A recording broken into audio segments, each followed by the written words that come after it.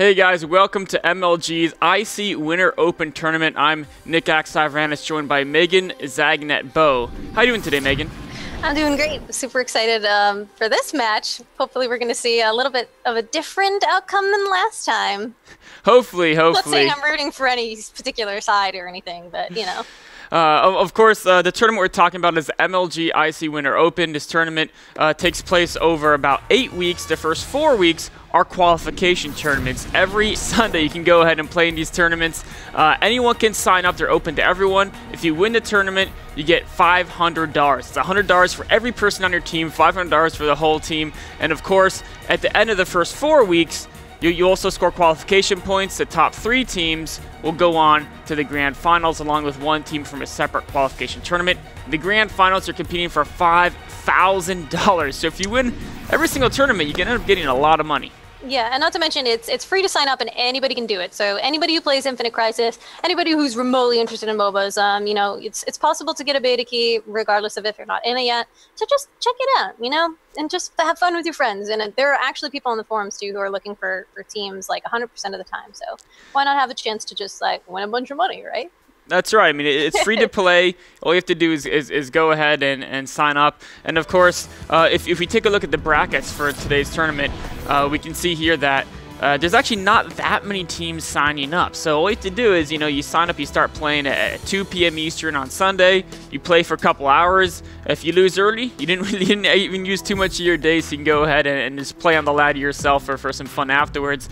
But looking at the brackets leading up to the finals, of course, today we're just broadcasting the finals of last week's tournament. We can see there's a kind of a similar story with KGB doing really, really well. Yeah, I mean, KGB is widely known by the Infinite Crisis community to be a really well put together team. They definitely know how to take advantage of the strong champions. They know who to pick and they know how to play them. So we see in the bracket again they match up against Vex Gaming in the semifinals. That's kind of like a running kind of theme of them and Vex going head-to-head in the semis. But today we're covering the finals, which is going to be KGB against KGO. Now, before we actually get into this finals match, for the people who are tuning in and kind of wondering exactly what's going on with Infinite Crisis, what is Infinite Crisis? I haven't heard about this. Why don't you give us a quick breakdown about what the game of Infinite Crisis is all about? So Infinite Crisis is a MOBA, which is basically 5 humans versus 5 humans, and it's set in the DC universe. So you're playing as really well-known people, you know, like Batman and Wonder Woman, Superman, who's not in the game yet, but is going to be very soon. And you basically just feel like a superhero. So it's all about, you know, throwing rocks around destructible environments and just really being able to play the game exactly the way you want it, while smashing people's faces into the ground. So it's super unique, and it's like the only game that you can play in control and feel like you are as strong as this DC character that you're playing as. That's actually one of my favorite parts about when I play the game, is that you can kind of imagine yourself in the roles of all these people, that you have all this extra context. They're not these weird characters you never heard about. They're characters that, you know, you've read the comic books, you've seen the movies on them, and of course there's a little bit more relationship with the actual character you're playing. Now, before we jump into the game, one last thing I want to talk about is there was a new champion released last week called Mecha Wonder Woman. And how does Mecha Wonder Woman, do you think she's going to be played in these teams, and how is she going to affect the specific finals match we're looking at? So Mecha Wonder Woman has proven to be really powerful right off the bat. She definitely is really squishy though. Being a marksman, she takes a certain amount of skill and positioning to not basically explode. It's definitely a facet of Infinite Crisis, is really fast-paced gameplay. And we definitely see a team who starts to do well, continue to do well. So somebody who plays Mecha Wonder Woman definitely has to be on their toes. But I do imagine that people notice fairly quickly that she's really great synergy with a full team. So I'm guessing that we might see some play. And despite the fact that she's really new, we might see some pretty awesome things happening with her. So I was actually messing around with her a little bit on my own earlier, and one thing, like traditionally with marksman, you want to build up mostly attack damage. Typically with Cyborg and Gaspat, those are kind of the ways most people play those champions, and especially the professionals. With Mecha Wonder Woman, I've noticed you can do that with her, but she also has a passive ability that adds every third attack, basically. It adds 100% of your power damage to your attack. Yeah, so it's a really devastating power damage ratio. So she's actually a hybrid, so she's encouraged to be built either way. The only attack damage ratio that she has is on her ultimate, which is a cone that deals damage every 0.5 seconds, but it roots her in place and it can be interrupted, and it has a steep cooldown. So you can decide to build her really either way. To have higher attack damage is great for augmenting your basic attacks, but because of, like you said, that 100% power damage ratio on her passive, even building her straight power damage with maybe like a Psy Scimitar to give you attack damage is intensely viable. And in fact, that's why she's so refreshing, because you can play her as power damage, whereas traditionally marksmen are attack damage. You can decide to play her attack damage and still be incredibly effective, just as effective as the other marksmen, but you play her power damage, you have a little bit of a different angle. I feel, at least compared to the other hybrid marksman, Gaslight Batman, I feel that, at least just from, I only played her a couple times, but she seemed like she was a little bit more power damage than Gaslight Batman is, just because of the passive and the fact that only her ultimate's get off attack, whereas Gasbat has his Batarang and his ultimate can both get off attack. Right. But you know what? Enough talk about Mecha Wonder Woman. We may see her in action in the finals. Let's get right onto the match. All right, so here we are in the match launch screen. You can see KGB versus KGO. Of course, we saw the team KGB last week in the finals, but KGO is a new team. I recognize, I think I played Kai and Afrika, and I match him a bunch of times, and I play on the ladder, but as an entire team, I don't know too much about them. Yeah, I've definitely run into every single one of those players on the fields before. So yeah, these are actually very interesting team comps. We were just talking about Mecha Wonder Woman. We're seeing that KGB is going with Mecha Wonder Woman, but KGO has opted not for it, going for the traditional Shazam. Shazam seems to be the master pick. Yeah, definitely. We've seen that last couple games. Shazam's very, very popular. One thing that's interesting is that what I've seen, a lot of the top teams have been kind of neglecting to get blasters a lot lately, just because they're like, well, we have Shazam, who's a bruiser that does massive power damage, so why do we need two people to do massive power damage? But we do see KGO is going with Joker Prime, and you're also going with Gaslight Joker, who's something you don't see too often. Why don't you talk a little bit about both of those champions? Yeah, so Gaslight Joker, I don't see as often as I like to, but maybe they're just going for the double Joker theme. Maybe they're like, well, we have one Joker, may as well have the other. But Gaslight Joker is actually really, I want to say, deceptively powerful in the jungle. He's super safe. He has that really high health regen granted by his passive, so he's in the health itself. So he's kind of allowed to roam through, and he's one of the safest. That it's kind of tough to gank him while he's actually doing his jungle route. You know what I'm saying? So he's going to be in there. He actually started with the first tier of Ruby of Life as well, so he's just going straight out for tank. And his ganks can be really devastating if you're good at landing his fear and fearing people straight into your team. He's actually really good. He doesn't have the same utility as a Wonder Woman per se, but I just don't see enough. I don't see enough Gaslight Joker. One thing that I noticed about him is he seems, for the most part, like you said, not quite as useful as a Wonder Woman, for example, in many cases. But the one thing that's really scary about Gaslight Joker is he has an ability that's a skill shield, but also if that skill shield goes off, he gains insane movement speed for a short time. So he's almost the ultimate person at countering like a Green Lantern or a Blaster, because he just runs at him, and if they try to shoot any type of ability at him or skill, he just turns on the shield. Not only will that block that ability, but then they can't run away because he's super, super, super fast. Exactly, and his ultimate actually summons a rat swarm which slows them down. Yeah, deals damage and slows them, so it's really rough. Once he gets close, you better have some type of escape, or he's just going to ham you to pieces. But here we see on the bottom, we talked about Mecha Wonder Woman being a marksman. Now, often a marksman, you really want to just have him on a solo lane so to get a lot of experience and a lot of credits. But we see KGB is actually playing two marksmen, because at the top, they have Nine, who always plays that AD carry marksman type character. He's playing Gaslight Batman at the top. Yeah, I think that we've discussed it before, but I think that attack damage, it deals more damage over time. You would see that power damage being the more bursty type. So in one single go, a power damage character such as a Blaster or a marksman like Mecha Wonder Woman will deal a lot of power damage in a short amount of time. But the sustained attack damage from a marksman like Gaslight Batman is something that I think is really important to boost. And I think that's the general playstyle for most of the pro teams, is that they take that marksman, they take that attack damage character, because they know that they're going to be able to deal that consistent damage to anybody, and they can switch targets in the middle of a team fight really easily. So that makes sense. A little more item dependent, I guess, to have the consistent damage output, whereas with the power damage character, you know, as long as you have the good skills, you're leveled up pretty well, you can kind of... Right. And attack damage per level, actually, as well, because you don't gain power damage per level. Power damage is only gained through artifacts, but you gain attack damage per level, you know, just per champion level itself. So it's definitely going to boost, I think, the power of an attack damage character more than it would a power damage. That makes a lot of sense. So we do also see both Shazams playing in the jungle.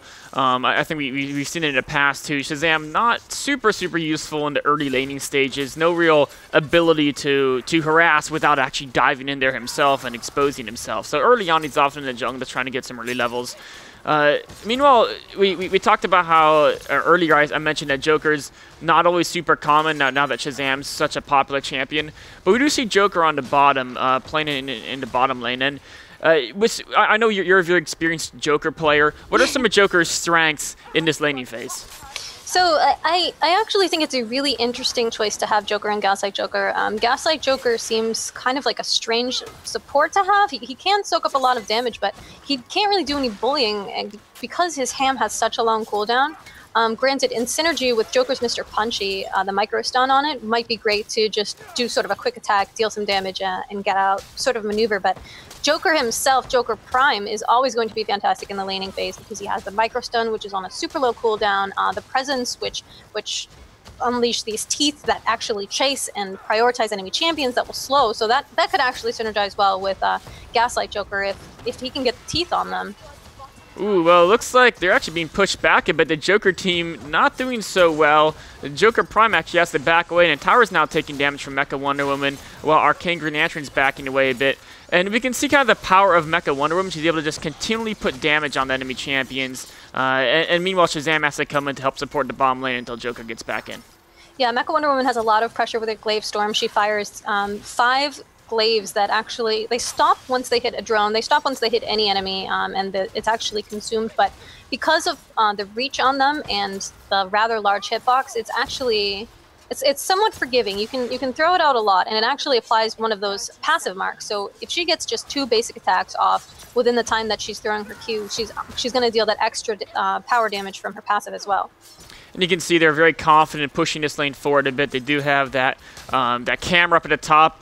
Meanwhile, Atomic Wonder Woman tries to come in. And we can see Team KGO, this is the second time they've had one of their junglers come off the lane early. And they haven't really been able to do too much with those attempts to coming off the lane to get a gank on an enemy champion. So how's this going to affect their basically junglers going forward, the fact that they've had to come out of the jungle and support the lanes twice already? It might give them a little bit of a hit in terms of experience, but I think that as long as they just play it safe, showing that they're there and showing their face to kind of ward them off is always going to be a good thing. Else maybe they're going to get too aggressive. As we can see, Mecha Wonder Woman super aggressive, just throwing that Glaive Storm over and over, and it's got a relatively low will cost, so even you can throw it a bunch of times and not suffer too much for it. And this Mecha Wonder Woman actually started with nil weapon, so we might even see her build into attack damage and not into power damage.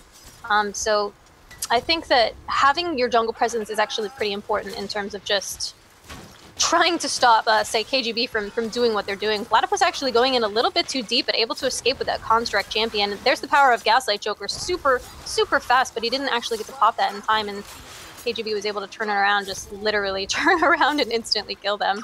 Mecha Wonder Woman just does so much damage output. You can see the way she kited towards the opposing players there to make sure they couldn't get away, knowing that there was no threat of her dying. Gaslight Joker had already thrown the ham. That's a long cooldown ability. And of course, she had enough life that the Joker couldn't turn around and just go after her very easily. He was really trying to get the Arcane Green Lantern that already escaped there. You know, one thing that I think a lot of people may be thrown off a bit is as we talk about these champions. Oh, it looks like Shazam trying to get away from Batman. He's going to just get out of there barely in time. Yeah, that was actually a really good hand by Gaslight Joker. Yeah, it was. It was a great save there by the Gaslight Joker. He's going to try to get Mecha Wonder Woman, but no, she's a bit too fast there. the one thing about this is, you know, we're talking about, oh, there's Gaslight Joker, there's Normal Joker, there's Mecha Wonder Woman. One of the cool things about Infinite Crisis is it brings together all these kind of superheroes and supervillains from different universes. So there's the Prime universe, which is your standard one from the comic books that you're probably most familiar with. And then, for example, the Mecha universe is where there's a lot of robots in place. Gaslight is kind of the steampunk Victorian universe. Arcane is when there's all sorts of mystical powers. And so the superheroes are kind of a little bit molded if they grew up in different kind of parallel universes, so you can kind of figure out the differences. For example, Gaslight Batman shoots sonic pistols. Classic Batman uses martial arts in his fists, just like the one in the comic book, along with some batarangs and ninja tools. Definitely, and this is actually the classic map of Coast City, which is where Hal Jordan, Green Lantern takes place, but this is Prime. But we see a fight going on at the Raider. That's the perfect power of Mecha Wonder Woman using her ultimate there, and Shazam able to pick up a double kill with that crazy, crazy ultimate. I don't think that African's going to be able to get away from this. Looks like Spaghetti keeping the chase up with Shazam. Really, really rough. Able to secure a Shazam triple kill. That's not the person that you want getting fed on your enemy team. Being the blaster, enforcer, bruiser, assassin. Shazam's the team everything, and now that he's gotten a triple kill, he's going to be even stronger. You know what I love here is they won the battle for the Raider, which of course is this giant drone that spawns at about the 7-minute mark. Your team gets 1,000 credits if you get the kill, along with a good amount of experience. But once they win a team fight, if you notice, they didn't have the whole team go after the Raider. They knew that 2 of them was enough to take it, given that the other team was out of the picture. And then they had the other 2 players on the team go after and put some damage on that bottom tower. Meanwhile, at the top, the Marksman Gaslight Batman duel also went in advantage of KGB, as he was able to push forward and take out that top turret. Yeah, I think Nine has an incredible amount of experience with Gaslight Batman, so I think he knows how to take any opportunity that's given to him. And that was really good splitting of the resources there on KGB, like you said. Having the mentality to take multiple objectives at once really helps you snowball and helps you push that early advantage, whereas they could have all fought the Raider, you know, to take it out a little bit more quickly, but putting the damage on that bottom turret is going to secure them that turret even more easily once they finally decide to take it. So it's definitely interesting to see the amount of synergy that KGB has, and they must be able to communicate super well to be able to go, all right, we're going to be here, you guys go hit the turret, and it's definitely definitely props for that.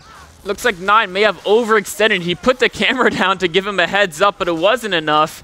And this is the disadvantage of doing well in your lane. You get a little too cocky, you push a little too far forward, and with no one on his team really too close by except for Batman, that was a really well set up ambush from the KGO team to take out Nine.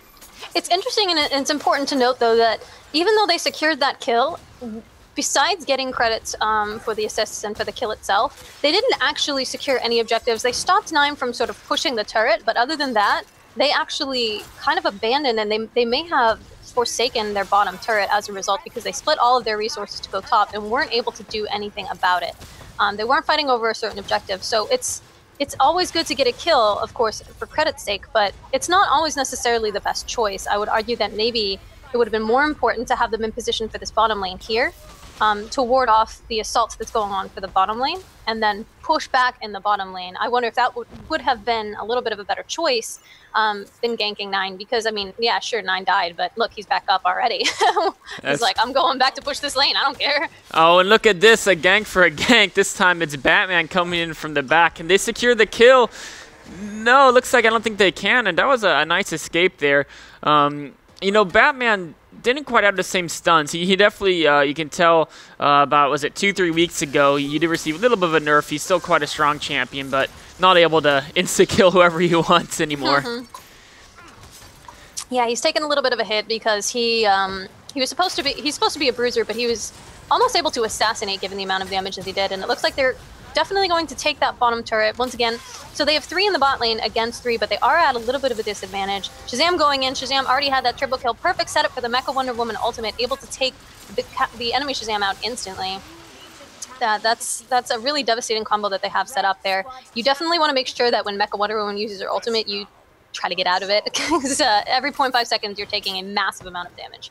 And it looks like, so despite the fact that Telekinetic started with the no weapon, he is deciding to go with the Cosmic Staff into the power damage route. So he decided to go for the no weapon, probably for that early harass, because attack damage is really powerful early. But he decided that power damage is the way to go, because he's going that Cosmic Staff Starheart. Oh. Yeah, that kind of makes sense, actually. If you think about it, if your character is going to be doing a lot of basic attacks, and if you're not, you mentioned how, you know, Mecha Wonder Woman, just hold off on that for a second. There's an engagement going on. It's the Batman team, but Atomic Wonder Woman is trying to use her chainsaw. She goes down, but it's 3-on-2 here, and Shazam's in the picture. Uh-oh, someone's teleporting in. Batman's trying to take on 2 of them. Now the other Shazam comes in, and wow, great moves by Team KGB. Really pulling it out there, even being outnumbered for pretty much the entirety of that engagement. Yeah, you saw a lot of hesitation on Nine's part. I think that if he had more faith in Spaghetti's ability to fight within the Dark Knight Batman's ultimate, that they might have even not needed the assistance of Shazam, because we saw how quickly they took out one of them in the top lane there. So I think that if Nine had been a little less scared. Yeah, Atomic Wonder Woman. Sorry, I apparently have a terrible memory, but there's so many champions running everywhere. It's hard to keep track of them all. KGB is getting very bold now. You can see they've actually crossed over to the other side of the map. They've been emboldened by their recent victories into skirmishes. Atomic Wonder Woman trying to distract so her teammates can take the power relay. Now Arcane Grenache is going to come up to try to support, but Shazam does run her down. But I do think they did take the relay, right? Yes, they did. Yep. And that was a big victory. Taking the relay on the opposing side of the map is a very, very big swing. Yeah, Telekinetic on that Mecha Wonder Woman is definitely making really good use of her passive. You can see the moment he gets that second mark on, he throws his Q to deal that additional damage. And they really are just pushing. The third relay in top hasn't even spawned yet. It's still a couple of minutes away. As you can see, that green diamond, 2 minutes away. It spawns at the 15-minute mark. But now they have the Elite Drones in the top lane, and they have so much dominance. You can see there's only a 5 difference in kills, but they're actually, what is that, 7K, nearly 7K credits ahead, which may not seem that substantial. And in the long run, it's really not. But if you're giving it to, you know, people like Shazam, as they are, the way those credits are delegated are going to make it really tough to really counter those types of champions. Looks like another skirmish here. Gaslight Joker is actually really good at running champions down when he turns on his ultimate, but it does hurt him as well, and he goes down from some sustained focus fire. And that's going to be another victory for Team KGB, picking up a pair of kills there. Yeah, once again, KGB's fantastic synergy. They definitely know how to take advantage of that, but I think that KGO should have been a little bit more cautious, knowing how well KGB's entire team fights together. So they really want to be a little bit more cautious about getting caught out, because they were in a place where they didn't have any vision, and that's kind of like asking to get killed, you know. And it looks like KGB is going to pick up the second Raider as well as the first. That's going to give them an even more of a credit and experience advantage. Yep. There was, you know, the one thing I do want to ask a bit about is when we've seen Atomic Wonder Woman this game so far. Actually, now she's coming in, but oh, is Nine going to escape there? He's on the run. No, he's going to be taken out. The whole team teleported out. He wasn't quite able to make it out with them. That was a little unfortunate. But yeah, we've seen often Atomic Wonder Woman, once she hits level 6, is able to really get a lot of kills. This game so far, she really hasn't, you know, been that key of a player in a lot of gangs or team fights. And is that going to be something that's going to really hurt KGO as they get to the late game? Yeah, so Atomic Wonder Woman definitely has a power spike earlier in the game. So if she doesn't really get fed early on, she kind of falls off towards end game. So she's definitely going to need to be making some pretty aggressive moves if she wants to catch back up. But as you can see, Telekinetic actually getting caught out by the Gaslight, or rather the Atomic Wonder Woman that we were just talking about. I'm not sure that she's going to be able to get away, because Telekinetic has just a little tiny smidge of health. Oh, but almost perfect, but hops over the Construct Champion, able to pick up that kill on Mecha Wonder Woman, and Gaslight Joker able to survive as well. But see, this is what we were talking about in the top lane. It was really good for them to have ganked 9 that time, and they just caught Telekinetic out. But they're, once again, not taking anything. They took the bottom turret, and they probably should have peeled off after that instead of even remotely engaging in that fight. Now, because of their lack of resources, they're giving up the Doomsday Device. And Doomsday Device plus Raider, plus all 3 power relays is going to be really, really rough for them to handle. In fact, I think that KGB could nearly win if they decided to take this to the power core turrets. This is going to be, of course, a big advantage for KGB. The Doomsday Device is basically a giant explosion. You have to destroy this turret in the middle, but once you do so, you can pick up this bomb. You can see there he's using it right now, and boom, it does a lot of damage to Gaslight Joker, and that's going to take him out. Now, he was kind of forced to do that because, you know, he was so low on life he would have died if he didn't. But that's not terrible for Team KGO. I think that was actually worked out okay for them. Yeah. I mean, KGO, wait, KGO or KGB? I think it actually worked out okay for KGO, even though Gaslight Joker died. Because, I mean, they made him use a Doomsday device. They got a kill as well, even though it was a 2-for-1, but it was 2-for-1 plus Doomsday device usage, you could say, right? I agree. I think they were at a disadvantage, and it was proper to make them use it there, because seeing as the respawn timers are kind of low, it's good. That was actually really good catching telekinetic out like that. Wow. And they definitely know that there's only really 3 there because Spaghetti was still dead. So, but this is the sort of thing that they might be able to chase. They might be able to pick up this kill on 9, and they do. But what are they really going to be able to do? They actually lost their bottom turret because of that, because they were ignoring Platypus and Shazam down there. So they're picking up a couple kills here and there, but overall they're losing turrets. They've only taken out one of Team KGB's turret. They're losing objectives. They don't have the Doomsday device. They haven't been able to take any of the power relays, and that's really going to just hurt them as the game goes on and on. They're going to be stuck more and more in the defensive, and basically they're going to have to rely on getting to the super late game and then winning a massive team fight when the respawn times get so high. Then they can launch a counterattack and start doing some damage probably. Yeah, at this point, KGB seems to be playing so well that I wonder what KGO would have up their sleeve to really be able to counter it, because KGB exactly knows where to push those buttons. So and look how snowballed out of control everybody is on that team. Even their Arcane Green Lantern has just as many kills as Mecha Wonder Woman, so it's interesting to see that. He wants his kills too. Looks like there's going to be a fight over the power relay, which is about to come up in a couple seconds here. KGB goes in. A great Arcane Green Lantern construct stuns a lot of the team. There's a Mecha Wonder Woman ultimate picking up a pair of kills as well. So many ultimates going down, and KGB takes a decisive victory in that skirmish. Incredibly aggressive play, and Mecha Wonder Woman has some pretty substantial range on her ultimate there, and like I said, deals damage every 0.5 seconds, and because of how fed she was, she had the fully stacked Starheart, was even going into the Blue Scarab after already the Cosmic Staff, so she was able to just shred through them, and because of all of her team kind of softening them up, she was able to just tank the turret shot. She didn't even care. She was just like, I'm afterburning in there and using my ultimate. But even look how low the respawn timers are. KGO is able to come back up immediately. And I'm not sure that they really should be doing anything besides defending at this point, because they know straight up that they've been losing every single team fight. So do they really want to go head-to-head with the members of KGB at this point? I don't know. I would say probably not.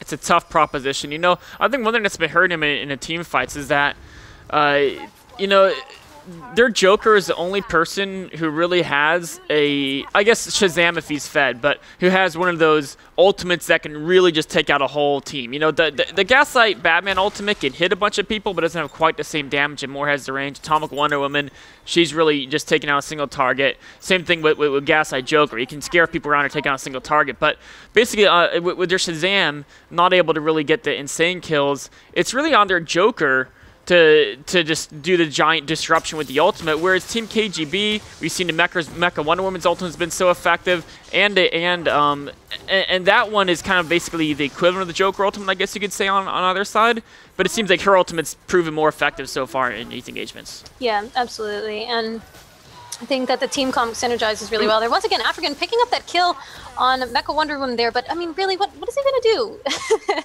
He goes in to get that kill, but now they're forced to retreat, despite the fact that they took out one of the biggest power damage dealers there. Joker, really good counter ultimate on Mishkit there, almost taking Shazam out. Looks like Gaslight Joker going to be able to pick up that kill. And I don't know, this seems like there's a lot of back and forths going on here, but it's kind of a lot of fighting for nothing, because if KGO dies in this excursion, then they're probably going to lose more than they bargained for. And looks like, of course, KGB, with their excellent synergy, able to turn it around again. Shazam teleports in ease, but does he really want to fight this? No, he decides no, he's getting out. Doesn't want to mess with the Batman. Batman's chasing down the rest of the team there. You know, we haven't talked too much about Batman in this game so far. But he's always kind of coming in the middle of a team fight and really turn it around. Well, that time he was a little bit too bold. He really wanted to pick up those kills. Maybe chased a bit too far and was taken out. But it looks like he has been present for many fights. Being 2-3-12 is a pretty great score, considering that there's 24 kills on the entire team. So he's been present for he's only not been there in concept 10 times. So he's been there, he's provided his support very many times. And as Batman, sneaking in and out of the shadows, that's kind of a feat.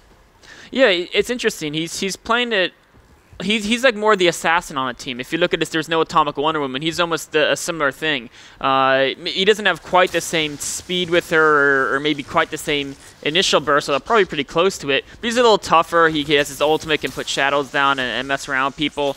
And he has a bit more stuns than Atomic Wonder Woman. So in a team situation, he's really good at coming in there and both stunning someone and putting damage on him so the rest of your team can finish them off. Yeah, he's actually building sort of the Enforcer route. Ease as Shazam, getting caught out on KGO's side. Definitely don't want to do that. It's getting a little bit into the later part of the game, and now he's got a bit of a steep penalty, so he's not coming up for another 30 seconds. 4v5 it would be if they tried to contest this Doomsday device. Spaghetti doing great, warding off the Jokers, knowing that they're there, looking at maybe trying to take it, but they can't really do much about it. I don't know what KGO plans to do, but I definitely hope that they sort of stick to their base and have a reactive sort of fight here, because if they try to contest this power relay, especially if they go in 1-by-1, that this is going to be quite a loss for them. It looks like they're kind of massing up. They may be thinking of going for it. You know, the whole KGB team is drooped up, so a Joker ultimate, if it did land, would be great here. Looks like they're going to come in. Shazam's leading the charge. Gaslight Batman goes, or sorry, that was the Joker that went down, excuse me. He did throw down an ultimate, but didn't really do anything. It was more like, I'm going to dead. Let's just throw that. I got to throw that ultimate. Maybe it'll do something. But yeah, they're going to end up losing that power relay. Now, having a Doomsday device, do you think KGB, are they going to go back and take other power relays, or are they just going to push in and try to use that Doomsday device? I think at this point they know that if they have the Doomsday device, may as well use it. Probably just going to use it on those open turrets, because why not? Just put some extra damage on. They're gonna. Oh, Becca Wonder Woman, she's actually gonna. She takes him out into heal zone. Poor Gaslight Joker. This is the power of power damage Mecha Wonder Woman. Wow, she took out Gaslight Batman too. I feel like he was nearly full health standing on that turret, but her damage is so devastating at this point, and Gaslight Batman significantly behind in terms of kills. And yeah, that was a very one-sided victory by KGB. We had some good fight from KGO, but KGB just did not let them really have any room to breathe. Well, there you have it, back-to-back winners. So the first two Infinite Crisis Winter Open tournaments, Team KGB, and using a fairly different composition from last match. In fact, if I remember correctly, I think Shazam is the only character. Did they have Arcane Green Lantern last week? They might have had Arcane Green Lantern. I think that they did. Arcane Green Lantern is definitely really very powerful right now. But besides those two, the other three players, 9 went from Cyborg to Gaslight Batman. Spaghetti was Atomic Wonder Woman last week, and Telekinetic, I believe he was... I can't remember exactly who he played last week, but he was definitely not Mecha Wonder Woman, considering he couldn't have been, because Mecha Wonder Woman wasn't out last week. I think that Telekinetic might have been Shazam and Mishkit. Okay. They may have been somebody else. Okay. But they're very versatile, I guess, is the main idea with their team composition there. And you know what, it also shows you can play different things. You mentioned Batman was the enforcer for the team. You can see he was building a lot of health items. And that's because even though technically Shazam is supposed to be an enforcer, people figured out Shazam, we just want him to be able to kill people because his skills go so well with power damage. We want to make sure he can, you know, just get all power damage items, or pretty much focus mostly on power damage items. And then, you know, so that means we need someone who gets kind of a little tanky. It's going to be the Batman. Yep, I mean, besides the shield and the gambit there, he was basically straight up power damage, and it obviously worked pretty well for him. I think he, aside from Telekinetic being the carry, and aside from Platypus being in just all over the map and supporting everybody, he had a really high credit count, and almost, second or third highest assists. But I mean, really, once you have assists over 10 in a game like this, you're pretty good. I mean, you're there. You're where your team needs you to be, and we can see too. There was still a great amount of synergy on the KGO side as well. They just didn't have the same amount of opportunities, because KGB was just on top of every single objective that they really needed to be taking. You know what, it seemed like one of the biggest things you could tell, the teams looked very even until that first Raider fight. And what happened there is on KGO, they had Shazam just charge in there really early, and he went down so fast in that first engagement.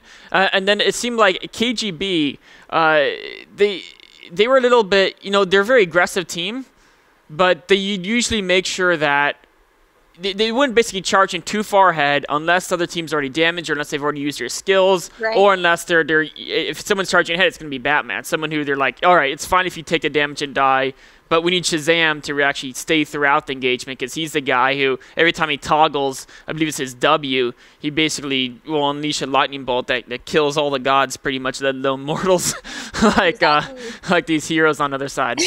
And it's important to note, actually something that we were talking about prior to watching this game, we were talking about why would you have per se 2 tanky characters as opposed to 1 tanky character, and because we were talking about Robin, who will be coming out soon, and you were saying, why would you want Wonder Woman and Robin on the same team?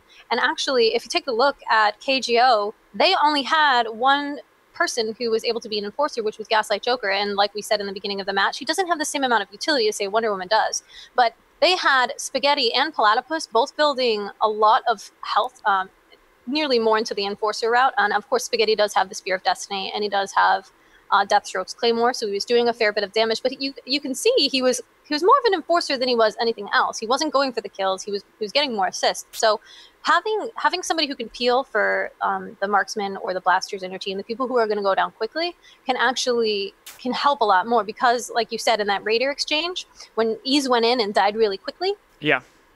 he didn't have the same enforcer items because Shazam traditionally is built like a blaster. That's how he seems to be the most effective. So even if Gaslight Joker went in first, he could soak up a lot of damage, but unlike Wonder Woman or unlike somebody like Robin, who as a support will be able to interrupt a lot, he couldn't really do much besides his ham and try to slow people down. So he could shake his giant ham at him and come back here.